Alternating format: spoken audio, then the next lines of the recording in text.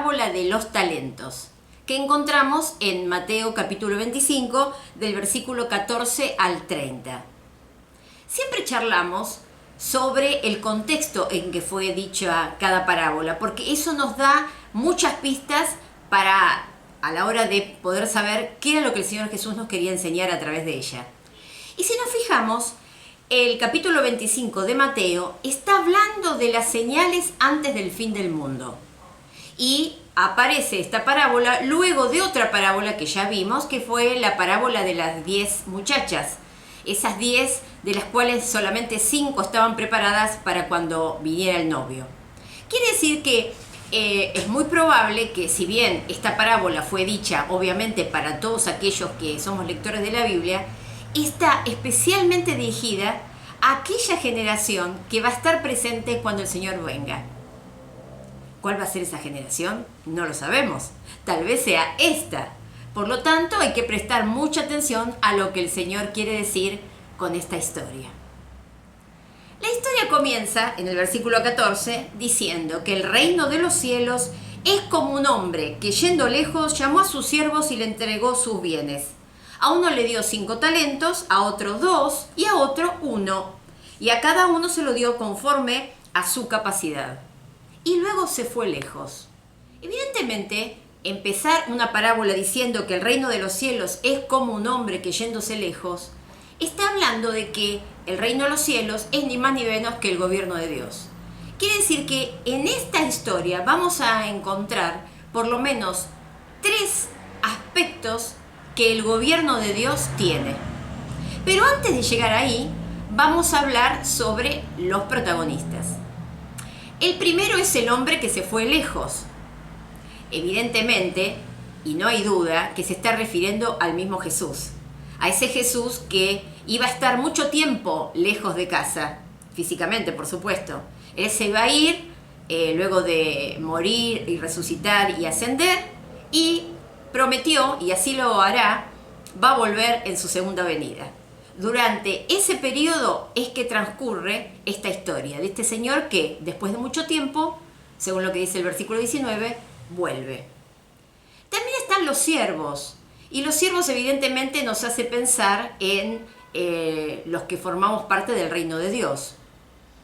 Era muy habitual en ese tiempo que la gente tuviese siervos a sus órdenes. Ahora, es común que nosotros pensemos que eran siervos que se dedicaban a tareas en general poco calificadas, como por ejemplo, no sé, levantar las cosechas o llevar a los animales a pastar y ese tipo de cosas. Pero no había nada más que ese tipo de siervos, sino que había siervos muy capacitados, muy hábiles, inclusive eran más capacitados que el propio amo, a los cuales el amo le daba el poder de administración y la autoridad necesaria para que, mientras él no estaba, ellos administraran y movilizaran y negociaran con sus bienes. Lo cual significa que esta historia habrá parecido muy normal y muy verosímil a la gente que lo estaba escuchando. Ahora, si nos ponemos a hablar con respecto a los talentos, lo primero que tendríamos que decir es que el talento en realidad era una unidad de peso, como si fuera el kilo.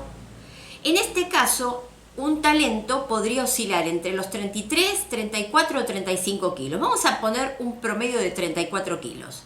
Por lo tanto, podía haber un talento de oro, un talento de plata, un talento de bronce, todos de la misma cantidad de kilos, pero de diferentes materiales. En general, en la antigüedad, se usaban los talentos de plata y se usaban muchas veces como unidad de moneda. Que un talento es igual a la paga de 6.000 días de trabajo, que son un poquitito más de 16 años. Quiere decir que el que recibió un talento, recibió 16 años de sueldo. El que recibió 2 talentos, recibió en realidad 32 años de sueldo. Y el que recibió 5 talentos, más de 80 años de sueldo. Te dejo como para que hagas esto como una curiosidad. Pon en una calculadora el importe mensual que vos cobrás, tus ingresos. Multiplícalos por 12 para que te dé lo que vos ganás en un año Y después multiplícalo por 16, después por 32 y después por 80, para que vos veas la cantidad de dinero que el amo le dejó a esa gente para administrar. En cualquiera de los casos era muchísimo dinero, lo cual está hablando de que las cosas que el Señor nos ha dado para que administremos son siempre valiosas. Ahora, ¿qué nos está queriendo enseñar el Señor a través de esta parábola? Bueno, en principio volvemos a decir que nos está hablando de lo que pasa o lo que es habitual dentro del reino de Dios, dentro del gobierno de Dios. Y dijimos que íbamos a destacar por lo menos 3 cosas que ocurren y que tenemos que tenerlas clarísimas si queremos aprender algo de esta parábola. La primera cosa que podemos aprender es que en el reino de Dios o bajo el dominio de Dios o bajo el gobierno de Dios, a todos sus hijos, es decir, a todos los que hemos creído en el Señor Jesús y aquellos que somos sus siervos, se nos ha dado una responsabilidad. Y esta responsabilidad está relacionada con la soberanía de Dios, es decir, dependemos de lo que el Señor haya decidido darnos para que administremos, y también está relacionado con nuestra capacidad. Es decir que, ya sea nuestras habilidades, nuestra capacitación, nuestras energías, nuestra salud para poder trabajar, todo ha sido dado por nuestro Dios y según su soberanía, o sea, como a Él le ha placido darnos, y según también nuestra capacidad.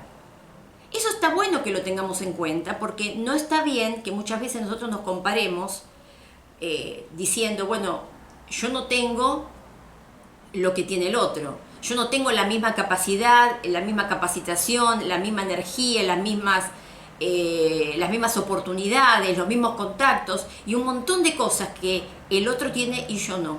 Bueno, evidentemente, si no depende de nosotros es porque el Señor ha decidido que así sea.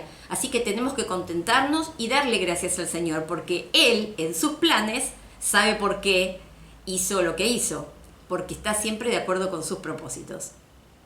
La segunda cosa que aprendemos es que en el reino de los cielos, o sea, en el gobierno de Dios, siempre, después de ser asignada una responsabilidad, se está esperando una respuesta. Y esto lo vemos claramente porque los 2 primeros siervos, tanto el que recibió 5 talentos como el que recibió 2, hicieron algo con eso. Dice que negociaron y evidentemente los 2 fueron muy hábiles, muy comprometidos, muy laboriosos porque pudieron duplicar los bienes que le habían sido dados para administrar. Lo cual acá también nos habla que lo importante en esta parábola no es tanto la cantidad de dinero que lograron, sino lo que le hicieron rendir. A ambos le hicieron rendir el 100%, lo cual está hablando de fidelidad, de compromiso. Y eso es lo que el Señor está buscando en todos sus hijos. Ahora, está el tercero. El tercero también tuvo una respuesta. ¿Pero qué hizo con ese talento que se le había dado?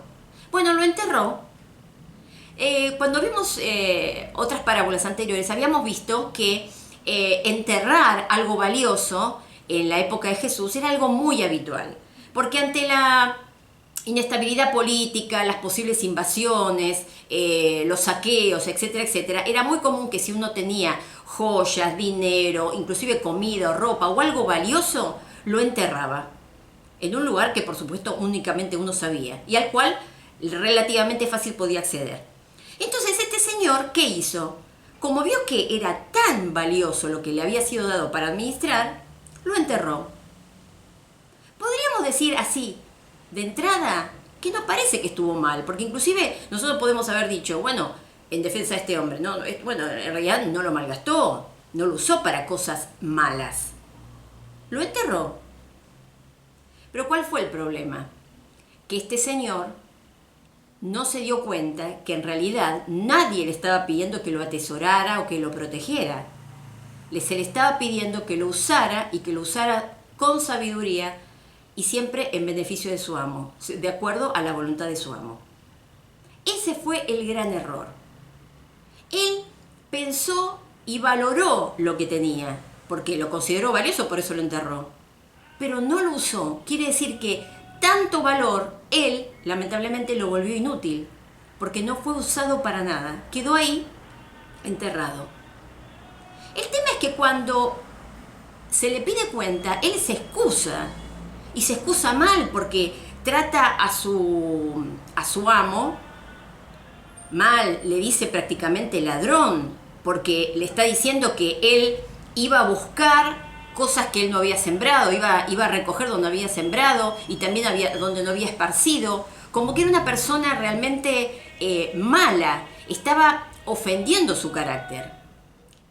Y también se excusó diciendo que había tenido temor. Evidentemente no conocía a su amo, porque su amo no era así. Es más, en un momento parecería como que él admite en el versículo 26, dice: si sabías que ciego donde no sembré y que recojo donde no esparcí, deberías haber llevado mi dinero al banco. Pero en realidad lo que quería decir el amo era que si vos pensabas que yo exijo sobre algo que no es mío, ¿cómo te ibas a pensar entonces que no iba a exigir sobre algo que era mío? Porque esos bienes que yo te entregué eran de mi propiedad, entonces tengo todo el derecho de exigir ganancias y de exigir un trabajo y de una buena administración sobre eso que yo te di.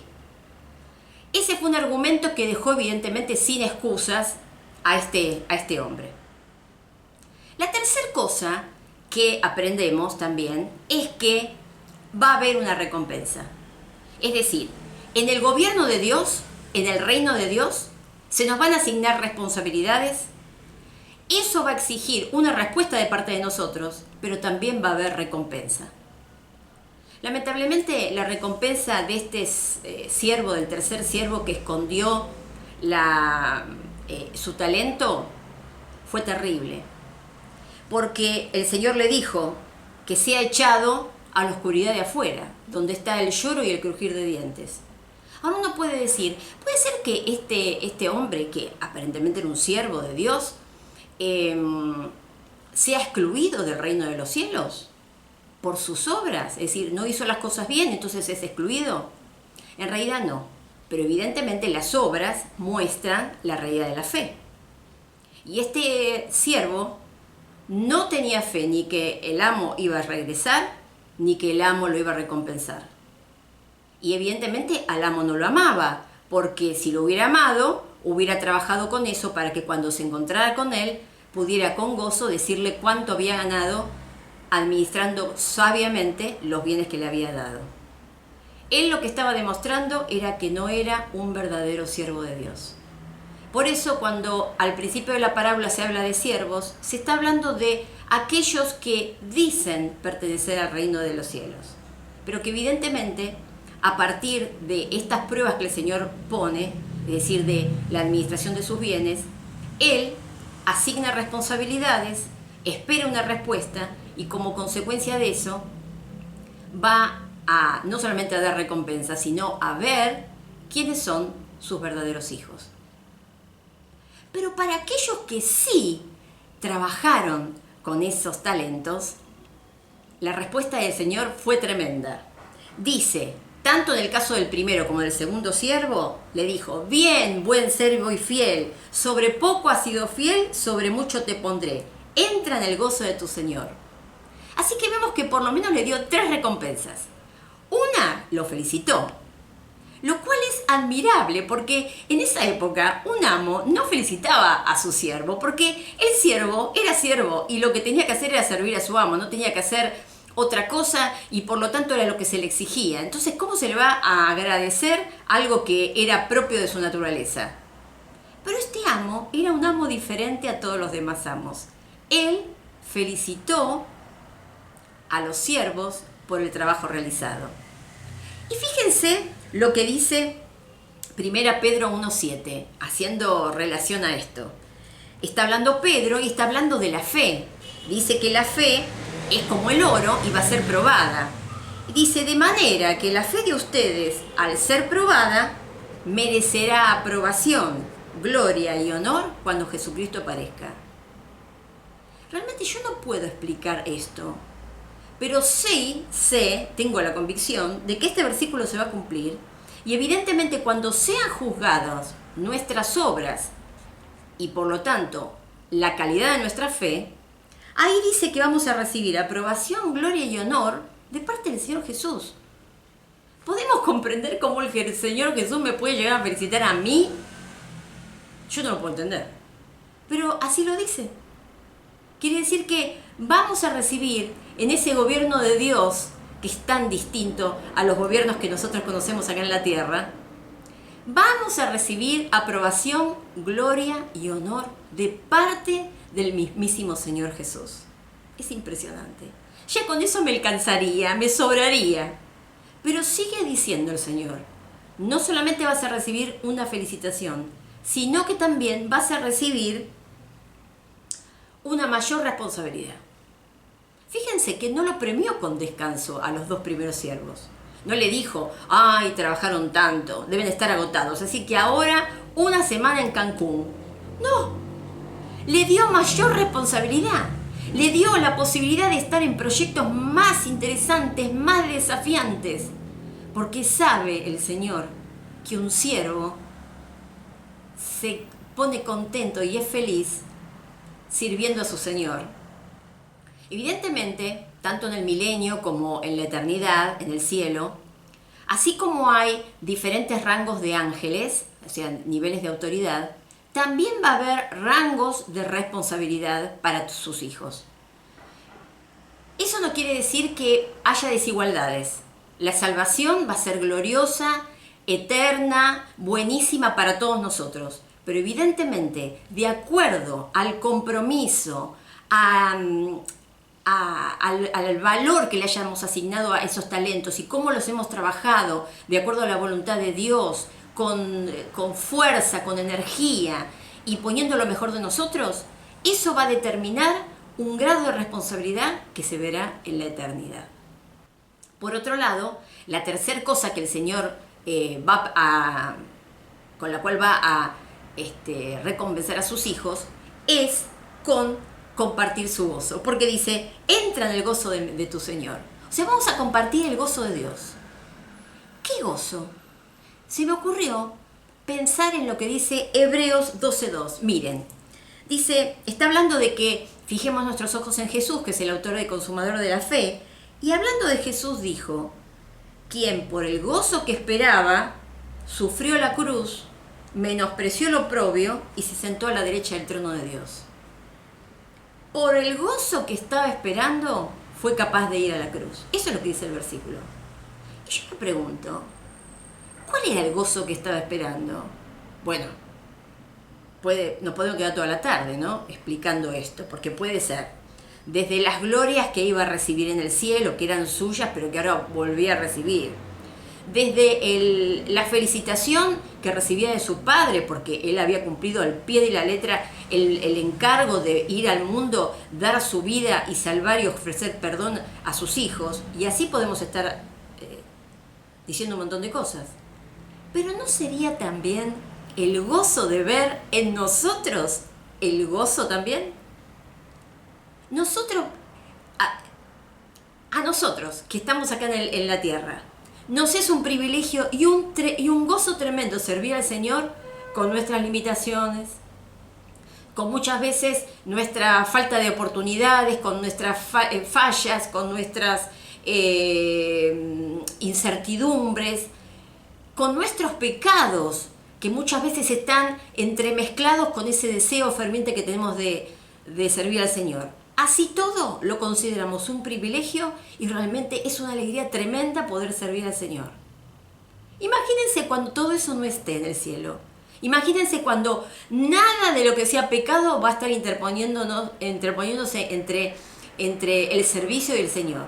Vamos a servir a un Dios al cual vamos a estar mirando. Vamos a estar frente a los ojos y a la mirada de Jesús. ¿Y con cuánta alegría lo vamos a servir? Si ya lo servíamos con alegría acá. Va a ser un gozo tan deslumbrante y tan inefable que no se puede explicar. ¿Será también ese gozo que el Señor sabe que va a haber, que a Él lo puso contento y que lo ayudó a seguir adelante con el proyecto de la cruz? Es posible que sí. La cuestión es que en el gobierno de Dios se asignan responsabilidades, se espera una respuesta y hay recompensas. Y frente a esta realidad, ¿qué nos queda a nosotros? Y yo respondería con un versículo que está en Efesios 5:15 que dice: por tanto, cuiden su manera de vivir. No vivan ya como necios, sino como sabios.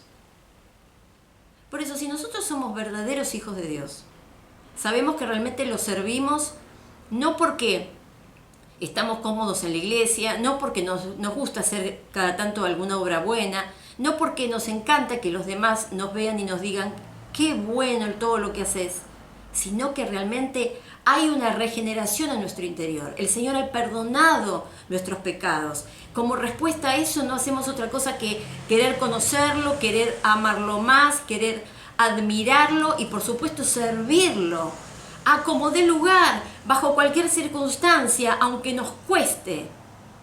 Si somos de esos, tenemos que considerar qué es lo que estamos haciendo. ¿Estamos utilizando toda esta energía, toda nuestra capacitación, todo lo que el Señor nos ha dado? ¿Estamos haciéndolo con lo mejor de nosotros? Eso es lo que está esperando el Señor. Perseverancia, compromiso, fidelidad. En virtud de eso, Él nos dará, en el reino de Dios, bajo su gobierno, responsabilidades mayores y una gran recompensa. Por eso, qué importante es que ahora, porque ya después no vamos a tener tiempo para volver atrás, pero ahora sí, como dice Efesios, recapacitar, ver cómo vivimos y vivir como sabios, no como necios.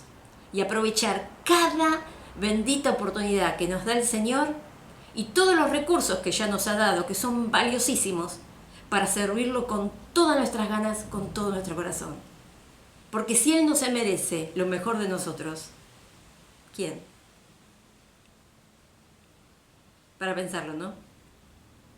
Te veo en la próxima.